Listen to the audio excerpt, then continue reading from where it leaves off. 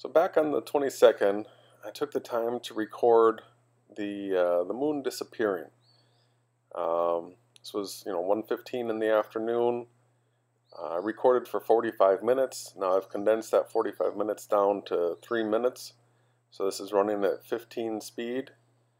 I shot this with the P900 so I could get a nice close view of it. I wanted to take my time and watch it disappear closely.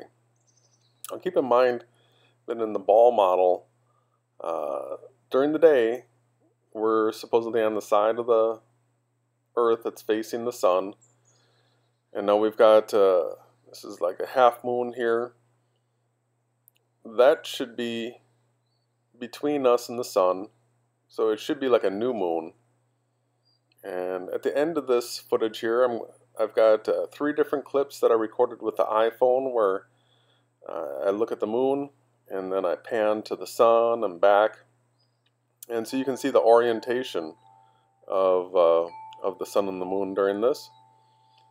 So watch this through, you'll see that the moon disappears well before it even gets to the tree line, which is still well before the horizon. So the moon just disappears. It didn't go over the curvature of the Earth. It was very well lit. The sun was up and blasting on it, and the angle of the way the moon is lit here is totally incorrect. So watch it out. Enjoy.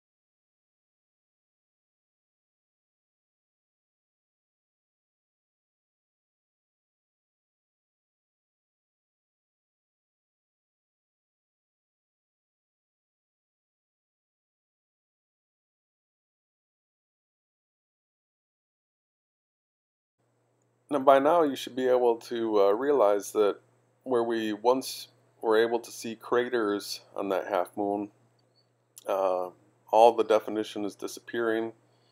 The moon's becoming transparent. And it won't be long, and it'll just disappear.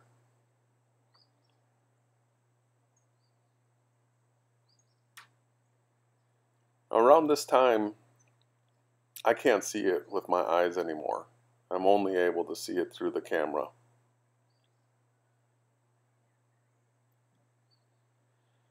Now this last few seconds here, I'm going to run at regular speed. This is where I zoom out.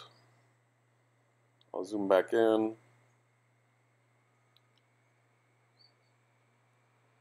You can clearly see that it's well above the trees here, and it's disappeared. I lose it here. I can't see it in the viewfinder anymore. I know we can see it here in this footage, but it was gone. So go back to the beginning and look at how bright it was when we started.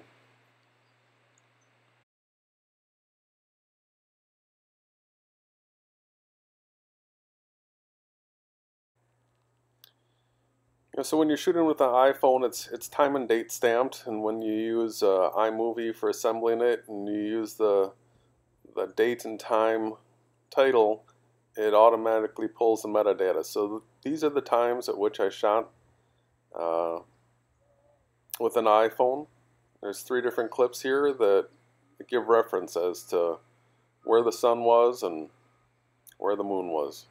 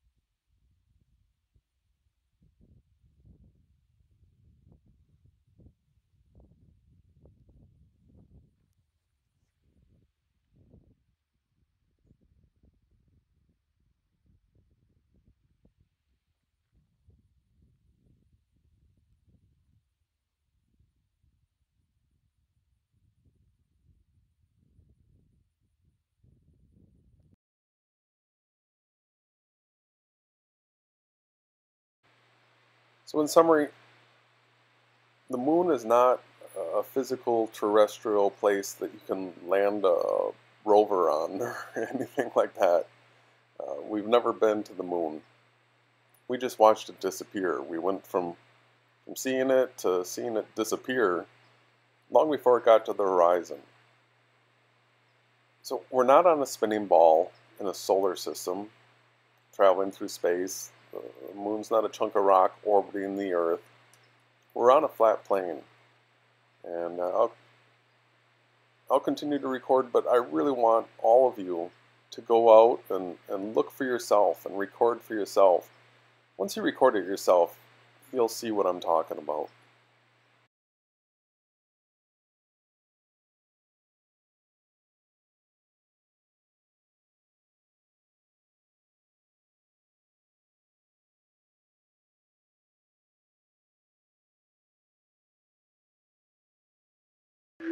In the beginning, there was darkness, and then, bang, giving birth to an endless expanding existence of time, space, and matter. Every day, new discoveries are unlocking the mysterious, the mind-blowing, the deadly secrets of a place we call the universe. What would happen if our moon suddenly disappeared? Global tsunamis decimate coastlines around the world as ocean waters surge toward the gravitational pull of the sun. Sea currents shift, changing weather patterns and destroying food supplies. Eventually, Earth's axis tilts wildly, turning the poles into tropical jungles and the equator into frigid wastelands. New species emerge while others go extinct. Our planet becomes unrecognizable the day the moon was gone.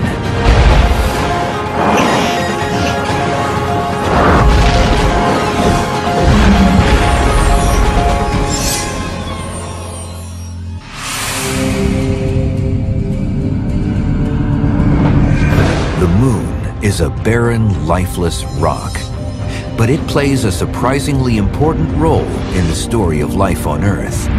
How important?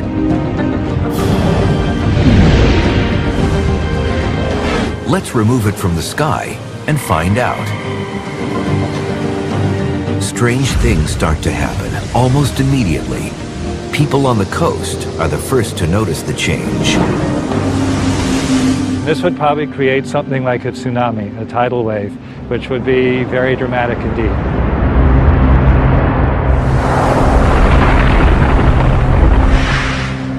It's well known that the moon controls Earth's tides. As it orbits around us, its mass tugs our oceans toward it, causing a tidal bulge on the side of the planet nearest the moon. And through a strange quirk of gravitational physics, it forms a second bulge on the side farthest away from the moon. Few people realize the sun also plays a role in governing the tides. But because it's 400 times farther from us than the moon, its gravitational influence on the oceans is relatively small, about 1/3 of the total effect. But with the moon out of the picture, the sun is now in control. But with the moon up here, this gravitational pull is sort of pulling a dome of water up. There's a big sort of bulge. Then imagine you just snip the cord and the water had to flow back out. The water rushes toward the gravity of the sun in a massive global tsunami. The force of the waves depends on where the moon is in relation to the sun when it disappears. If the moon vanished at full moon or at new moon, that's when the moon is lined up with the Earth and the sun. The lunar tidal bulges would shrink to solar tidal bulges in the same spots, and the extra water from the lunar bulges would quickly flow to other parts of the globe. But there's an even more dramatic possibility. If the moon vanished when it's at quarter moon, either first quarter or last quarter, then the moon's tidal bulge is not in the same place as the sun's tidal bulge. And so I expect you would see a very quick motion of Earth's oceans from the lunar tidal bulge to the solar tidal bulge. Some experts believe this more drastic lateral shift in ocean water would blast coastal spots around the world. The powerful pulses would be similar to the 2004 Southeast Asian tsunami, except the waves would cause even more death and destruction, since they'd be worldwide. Two massive east-to-west and west-to-east waves would be initiated on opposite ends of the Earth. A seaside city like Miami would be pummeled by a 50-foot wall of water that would destroy most coastal buildings and sweep across the entire width of southern Florida, putting 9 million lives at risk.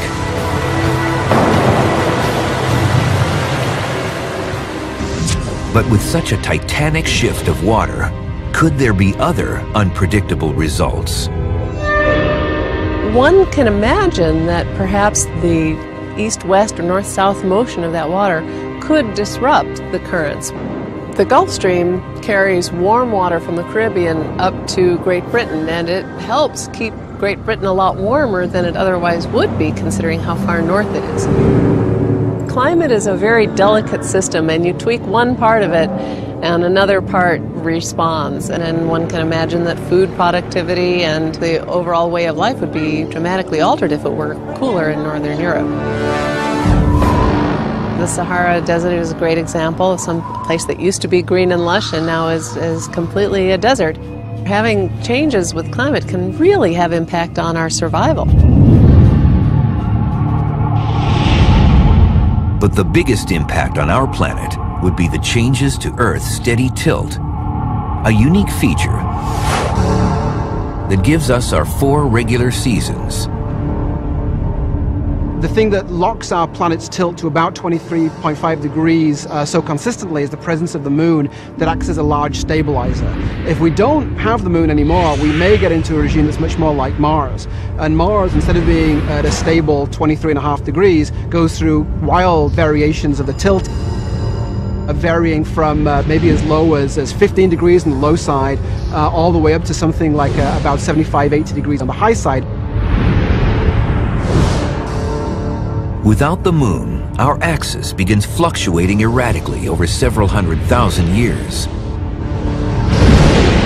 The gravitational pull from other planets in the solar system starts wreaking havoc on Earth. Our stable seasons shift dramatically as different parts of our planet tilt radically toward the sun during some periods and away at others. As soon as you get rid of the moon, you're stuck with this radical tilting of the axis back and forth, and therefore radical climate changes that don't happen today. Earth becomes a very strange world as mankind struggles to adapt and survive. If we go to a situation where we don't have that stabilization, those very small changes become very, very big. We may go to a situation where the ice becomes stable over the tropics. Imagine jungles and forests in Antarctica and ice sheets and glaciers in Central Africa. The tilt would vary on timescales of a few 100,000 years. These are timescales of ice ages coming on the Earth. We know how much of an impact that had, and humanity had a hard time adjusting to those changes as we came out of the last ice age. It's very difficult to predict exactly what would happen to humans because we're not sure how rapidly we're able to adapt to radically changing environments. And if our moon disappeared permanently, life in the sea and on the shore would be drastically transformed. Sharks would lose their hunting prowess, unable to track the schools of fish swarming above them in the moonlight. Crabs, used to mating at extreme low tides, become disoriented at the loss of lunar phases. Grunion, that lay their eggs during a high tide and full moon, suffer reproductive disruption. Even primitive aquatic plant life would be affected. Many species will spend their evenings on the surface interacting with moonlight. The moon comes up, so the algae are moving up, and they're followed by all of the organisms that eat the algae and the organisms that eat them. So the whole ecology of the ocean is tuned to light. All of these organisms will be completely disrupted. None of their ecology will work because they won't have the usual sensing signals. Millions of people would suffer from food shortages, and coastal economies would be devastated by the worldwide crash in marine life populations. I would liken it to one of us suddenly waking up one morning and discovering we were blind or deaf. That would be a chaotic thing. An Earth without the moon is a rudderless planet, highlighting just how critical this big rock is to sustaining life here. There are over 150 moons in our solar system, but Earth's moon is truly unique.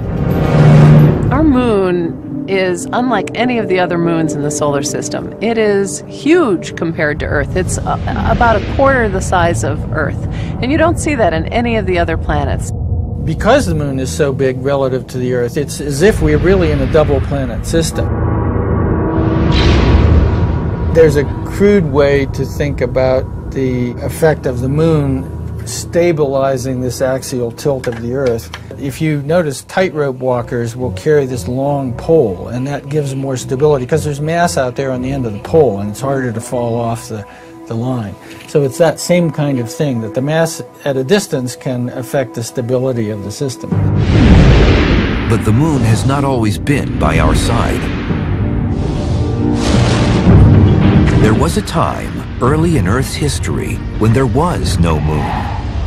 A period when our planet was a strange place, with 8-hour days and a molten landscape too harsh for life. And then suffered the most violent collision in its history.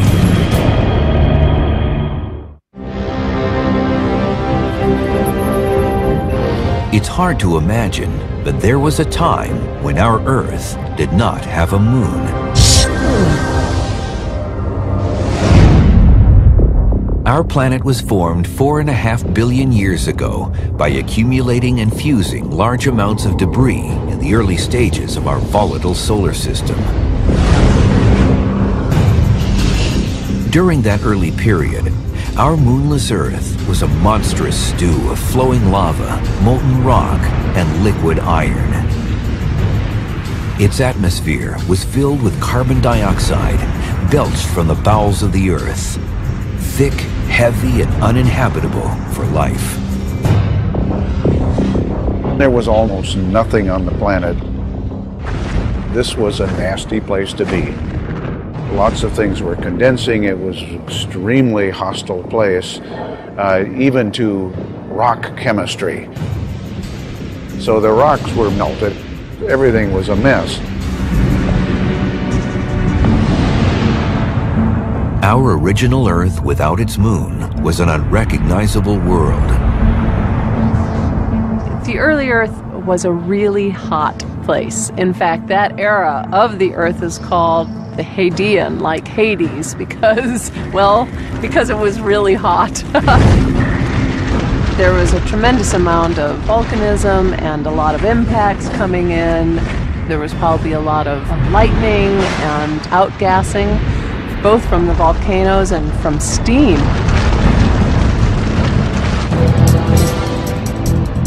The stability of our early solar system was not much better. It was created out of a huge disk of gas, debris, and dust that swirled around the newly formed sun. Our early solar system was kind of like a roller derby.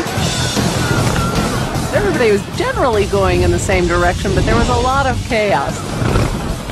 There was a lot of clumping and accreting and things getting flung to the inside and crossing lanes to the outside. People all spilling over each other, mashing up in the corner. It was a real mess.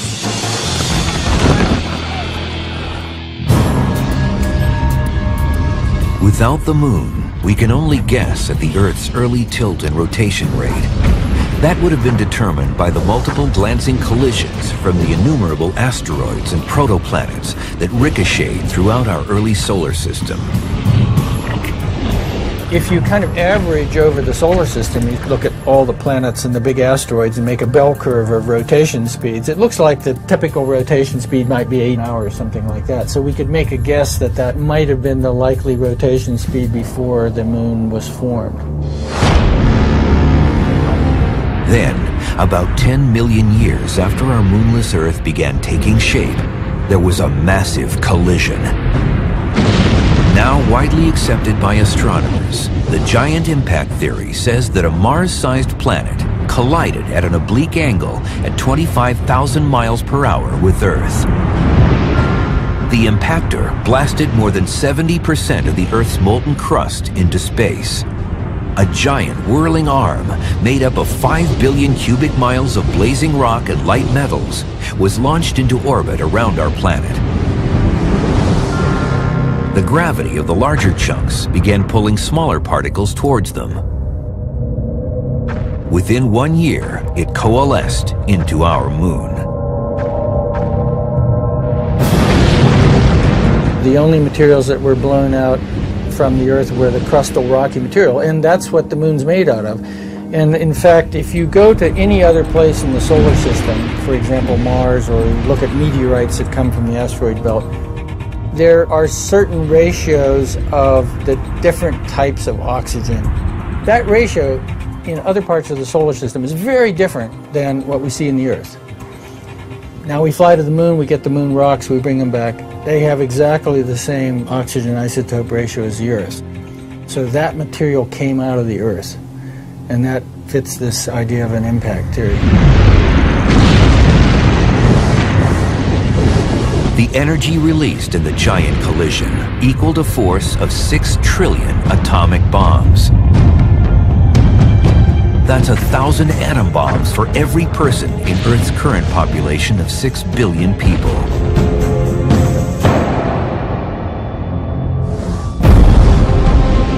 The impactor planet that hit Earth was thought to have formed in an area of our solar system called the Lagrangian points.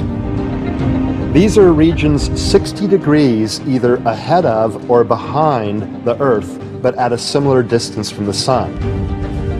Debris can stay fixed in the Lagrangian points for tens of millions of years, locked between the gravitational influence of the Sun and Earth. But eventually, something knocked the impactor off its fixed course. That something was Jupiter. Every time Jupiter passed by us in its orbit, it would be giving a little tug to this impactor planet. And each little tug wouldn't be very big. But if you think about, for example, having a car that's stuck in a ditch or stuck in a snowbank, how do you get that car out of the snowbank? Well, the way you do it is you rock the car. You push it a little bit, it comes back. Push a little bit more, it comes back a little farther. And this way, with a bunch of little pushes, you eventually free it. And that's exactly what Jupiter did to this impactor planet. And once it gets away from the Lagrange point, it's no longer stable and it's doomed. It's eventually going to collide with Earth. After the giant cataclysm, the inner part of the whirling arm of ejected debris forms a clump that consists of materials from the impactor's iron core. That heavier clump recollides with Earth and is absorbed into our planet's center. The giant impact was really the biggest thing that ever happened to Earth. What we have now is a core and a half. That makes our planet denser and our gravity stronger than it would be otherwise. The larger molten core takes longer to cool than the Earth's original core would have.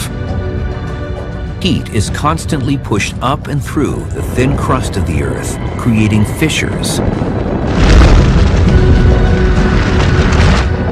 It's possible that this larger core helped create the sustained plate tectonic system that formed our continents, a unique planetary feature in our solar system. As an example, Mars was much smaller, it cooled much quicker, and so it has no crustal plates.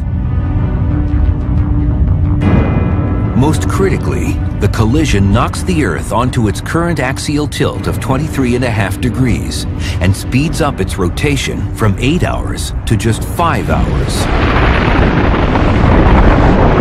Within a year, the Moon forms, roughly 14,000 miles away from Earth, significantly closer than its current distance of 234,000 miles. You've got this immense moon in the sky, 15 times as big as the present moon. So think about this thing rising and rising and rising until it fills up a pretty big chunk of that evening sky. And imagine it being red because it's full of this molten lava around the surface. And imagine that looming over your head. It's mind-boggling. The early moon's gravitational pull on Earth is roughly 200 times stronger than today because of its much closer distance. Though no oceans exist yet, the lunar tidal forces are 3,400 times more powerful. They lift and drop large crusts of molten rock to more than half a mile high twice a day. Our early planet's axial tilt stabilizes due to the moon's formation, and its mass acts as an anchor. But the Earth's spin begins slowing because the moon's gravitation creates a tidal bulge around our planet's midsection, causing a drag on the Earth's rotation. Let the Earth be this green balloon, and here's the moon. If the Earth weren't rotating, the tidal bulge would point directly toward the moon. But the Earth is rotating pretty quickly. So in fact, the tidal bulge tends to be a little bit ahead of the direction toward the moon. That means the moon's gravity is pulling back on the Earth's bulge a little bit, retarding its rotation ever so slightly. But the tidal bulge on Earth also has a reactive force on the moon. This tidal bulge pulls the moon ahead in its orbit, it's constantly trying to tug the moon faster. But the moon doesn't want to go faster in its orbit. Instead, what happens, if you imagine throwing a slingshot and swinging it faster, it wants to go out. And that's what the moon does. It goes outward because it's being tugged faster in its orbit. So gradually over the years, the moon is moving farther and farther out. The complex gravitational dance between the two partners is now pushing the moon away from Earth at a rate of 1.5 inches per year. Over billions of years, the moon's recession has slowed the Earth's rotation from 5-hour days to our 24-hour day today. The whole idea of this rotation of the Earth being influenced by the moon is a little bit like what you see when a figure skater is spinning, and when she pulls her arms in close and spins, she spins faster. And she throws her arms out to slow down. And this is all what the physicists would call angular momentum. But it's the same idea. As the moon moved out, it's kind of like throwing those arms out, and that slows down the rotation in the whole system. But what if the giant impact had never happened? The changes to Earth would be even more drastic than if the moon now suddenly disappeared. Today, would we recognize an Earth that never had a moon? And would humans even exist?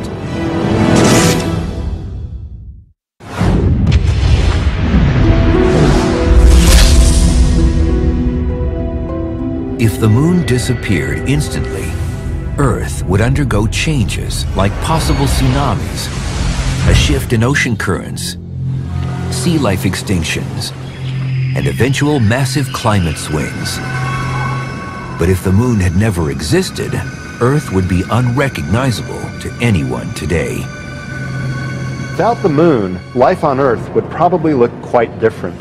In particular, humans might well never have come into existence.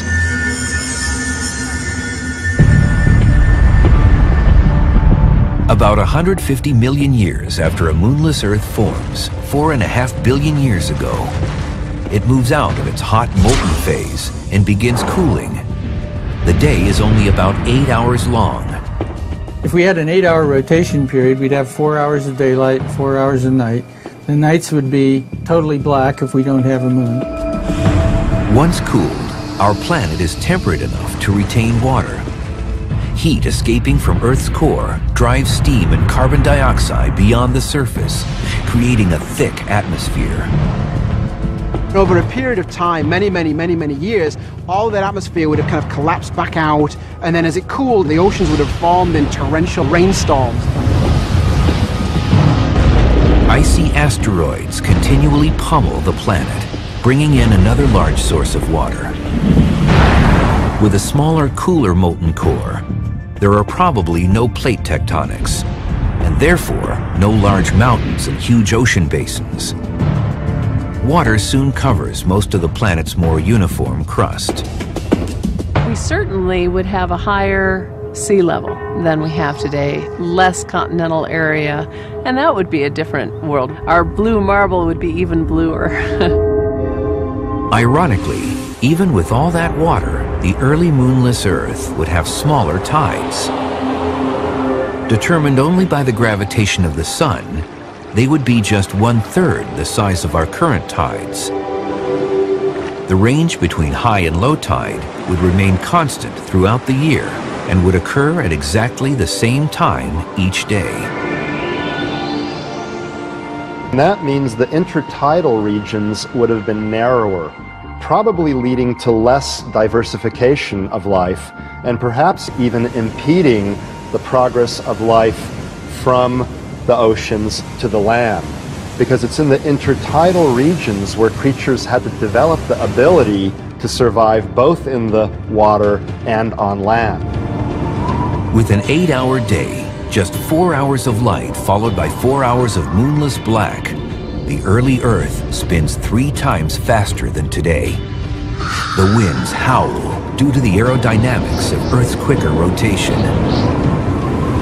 Jupiter, for example, is a giant planet that spins very rapidly. It has a 10-hour spin period, and it's got ferocious winds in its upper atmosphere, hundreds of miles an hour, and incredible storms like the Great Red Spot, which has been around for centuries. Now, Earth probably would be spinning more rapidly than it is now, and that would generally lead to stronger winds and more violent hurricanes and other storms. Early Earth's fast spin results in another important side effect. The rotation of Earth's core, particularly the molten part of the core, is believed to be what generates our magnetic field. And so the Earth rotates 3 times faster, the magnetic field is 3 times stronger. The enhanced magnetic field over the moonless Earth more effectively deflects high-energy solar flare particles towards the Earth's poles, resulting in larger, more spectacular auroras. But by blocking the solar flares, not as much radiation zaps life in the lower atmosphere, decreasing mutations that drive evolution. Stronger magnetic field might have slowed the rate at which life evolved on Earth. Without the moon, the developing Earth suffers intense climate volatility. Over many periods, each lasting several million years, the Earth's axis is pulled and pushed by the sun and other planets without the stabilizing influence of the moon. Conditions would have paralleled what happened to Mars. What we've learned in the last 15 or 20 years is that Mars has a very unstable axis because it has no big moon. And when we look at Mars, and we can actually see on the surface of Mars geological features that formed under very different climate regimes when the polar axis was tilted over. On Mars, we actually see these features like the dry river channels and glacial deposits and other features, ice close to the equator. And so the big realization was, oh yeah, the climate has been changing on Mars, and this explains that we're seeing older features. Like the red planet, a moonless Earth's axis would tilt wildly, turning our planet topsy-turvy. Our axis, over a period of millions of years, would wobble chaotically. It would sometimes be vertical, it would sometimes be close to horizontal. When it's vertical, then the whole Earth might be kind of a tropical paradise. When it's horizontal, you could actually have the poles pointing towards the sun and the poles actually getting jungles. So you'd see very big changes in Earth's climate as a result of this chaotic wandering of Earth's axis. And this would make it more difficult for life to flourish because it would constantly have to adapt to different conditions, to ice ages and to extremely hot ages.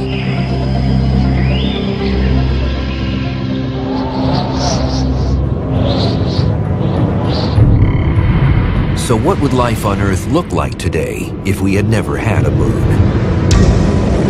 Short days, high winds, and other changes could produce a freakish world with creatures that look like they're straight out of science fiction.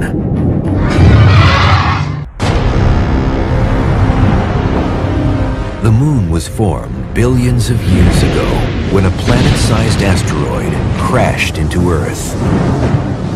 But what if that violent collision never happened? If the moon never came along to stabilize our planet, Earth would be an alien place. The spin of early Earth was very fast, with about 4 hours of daylight followed by 4 hours of darkness. Over billions of years, the sun's gravity and tidal friction would lengthen that 8-hour day to 12 hours. But this is still twice as fast as the current Earth spins, which makes for some extreme weather, including devastating storms and high winds. If the moon hadn't formed, you certainly get a wildly different environment on the Earth. With a faster turning Earth, you get more jet streams, you get more turbulence probably, maybe bigger storms, more lightning because of the friction of the different masses of air moving. In some places, the winds could reach 100 or 200 miles an hour. There would also be stronger hurricanes, and the Earth would have larger waves battering the coastlines. And without the moon's stabilizing effect, the rapidly spinning Earth tilts back and forth. Over hundreds of thousands of years, our planet suffers the ravages of ever-shifting climate because of the erratic changes in axial tilt. As different regions are blasted by heat, then covered by ice again and again. And without the moon, there is another layer of axial instability. Even though today's Earth is stabilized by the moon, there is still a wobble to the Earth's rotation, known as precession. Earth's tilt is 23.5 degrees, but over a period of 26,000 years, it goes through conical variations like this. And if the moon had never formed, this wobbling would be much more unpredictable. If we didn't have the moon, the Earth would precess much more slowly, and this is one cause for chaotic variations in the axial tilt. A slower precession of the Earth would lead to a much more unstable axis of rotation for the Earth. Without the moon, Earth's axis today would be like the slower spinning top, precessing, gyrating, and wobbling in ever larger conical circles. Right now, 26,000 years, very stable zone. You get it going slower, so it's maybe 40,000, maybe 50,000, maybe 60,000. Then you hit the chaotic range, and then everything goes wrong. With the more forbidding and shifting climate, evolution on a moonless Earth varies between bursts of adaptation and violent extinction. Bizarre life forms mushroom. Plant species are vulnerable as they don't have the mobility to stay ahead of speedy climate change. And complex life forms like humans probably wouldn't stand a chance at all. The variations in climate would be extreme and rather rapid, and it would probably make it difficult for complex creatures to evolve, because most complex creatures can't evolve very quickly to changes in their environment.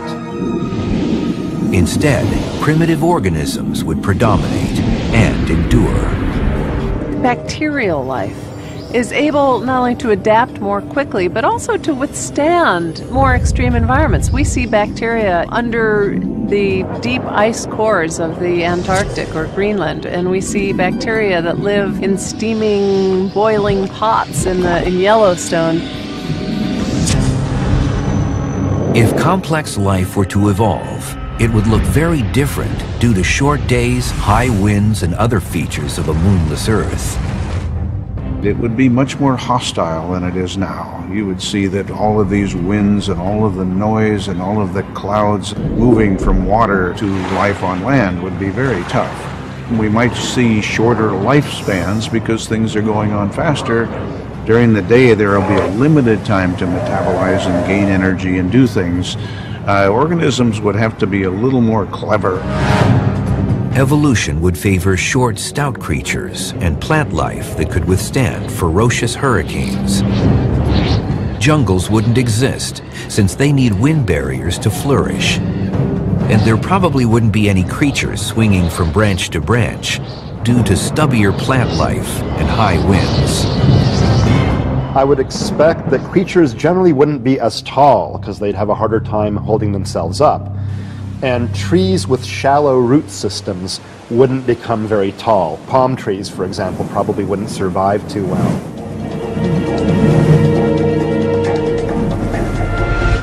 The constant gusts would push other adaptations. Sailing, maybe membranes that let you take off and leap through the air. And the perpetual gale-like conditions would create an exceptionally loud planet. If animals made noises to communicate, they'd have to be very different from the constant shrieking wind sounds. The use of sound at wavelengths that are not the sound of the background noise. If you have a receptor that just zeroes out that noise, we might be able to speak like this and be heard perfectly. We might all be sopranos and have ears tuned to a different pitch.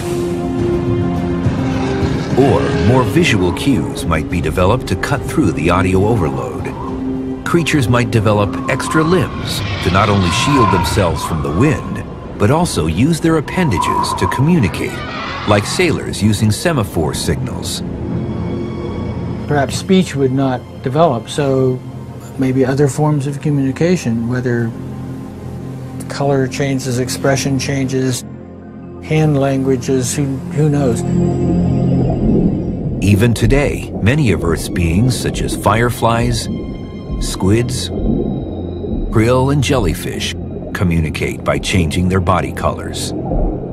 Because of the dark nights, creatures might also develop enhanced vision and sensory systems, similar to the night vision goggles and infrared displays used by the military.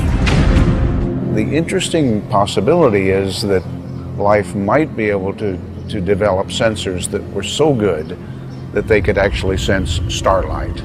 And this would be something colossal.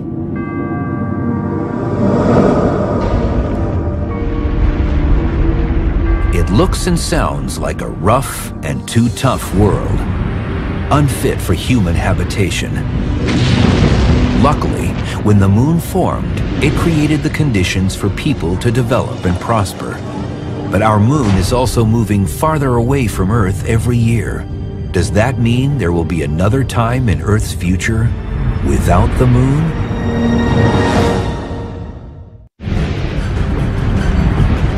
4.5 billion years ago, the young Earth was a hellish, molten place, unfit for life. So then, how did a violent collision by an object the size of Mars, soon after the Earth's formation, create the conditions for the complex life we're part of today? The body blow to Earth knocked our planet to its current tilt, and the formation of the moon kept it there. The mass of the moon out there, what it's done is it's prevented the tugs of the other planets from causing the Earth's tilt to change too much. So it's provided a real stabilizing effect on our climate because of that. The collision also created a chain reaction of forces that set the stage for life. When the iron cores of the two planets combined, it created a larger core for the new Earth. The collision also knocked off much of the Earth's crust. This combination, with large amounts of heat pushing up from a giant core through a thin crust, likely created the conditions for sustained plate tectonics. The movement of these plates formed mountain ranges and deep basins, and the resulting volcanic activity spewed out the gases that created our atmosphere. Water eventually settled in the basins, creating oceans, leaving continents of land above. But life still had a tough time getting started in the early days of Earth. For the first 500 million years of the Earth's and the Moon's existence, they were bombarded by debris that was still finishing up the formation of the solar system. So even if primitive life, microbes and bacteria, had formed in the first few 100 million years, they might easily have been wiped out by these giant things crashing into Earth. Now, we have evidence for life dating back to 3.8 billion years ago.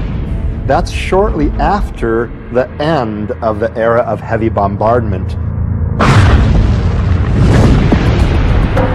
By then, due to tidal friction between the Earth and Moon, the Moon had moved slightly farther away from Earth, and Earth's rotation had slowed to roughly a 10-hour day. But since the Moon was still much closer than today, the tides in Earth's early oceans were humongous. The tides went way inland and poured back out to sea. Twice a day you'd get a big gulf of water in, and when it drained back out, it carried a lot of minerals and soils and other parts of the Earth's crust back out to sea with it. So there was this constant erosion and scrubbing of the land. Certainly a unique environment that might have been just right for life to develop. The area between high and low tide, known as the intertidal region, was enormous. High tides would rush hundreds of miles inland, then back out a few hours later. During the low tides, molecular strands began forming in some of the endless miles of tide pools. What happens when water evaporates? The H2O molecules go away and everything else is left. So the organic sludge in the pool gets more and more concentrated as the water evaporates. So this was the idea that life formed in these little pools. Around 570 million years ago, almost 3.9 billion years after the giant impact, Earth's ocean life begins moving on to land, giving birth to complex species. The bigger the intertidal regions, the greater the resulting diversity of life, because you can have species that live in these environments that are sometimes exposed to the sun and sometimes underwater. Over billions of years, our Earth seems to have reached a perfect equilibrium that has allowed for the evolution of a diverse, intricate, and fragile ecosystem. There are some climates that are too uniform, no seasonal changes and so on, and don't lead to life because there's no environmental stress. And on the other hand, climates that are too variable, where the seasons are changing all the time, you're getting hit by an asteroid every million years. Planets like that would probably try to form life, but they couldn't get it going because things would change too fast. So maybe there's a situation that's just right in the middle, and maybe the Earth-Moon system is somewhere in that range, which has fostered not only formation of primitive life, but the evolution of that life into folks like us. But though our moon stabilizes things, it continues to recede from us at a rate of 1.5 inches per year, while it slows our spin. Scientists estimate that we're adding 2 seconds to our day every 100,000 years. A billion years from now, our days might last 26 hours rather than 24 hours, which is great if you're a procrastinator like me. You could always use more time. So what will happen to the unique Earth-Moon partnership that made life on Earth possible? Will the Moon eventually just drift away out of Earth's gravitational influence?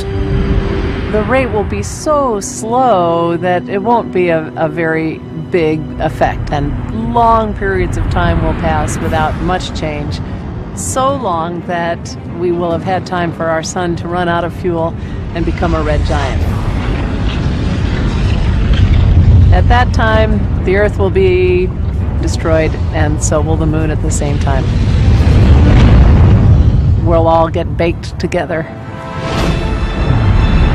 So maybe it's comforting to know that 5 billion years from now, on the day the Earth faces its end, we won't be alone.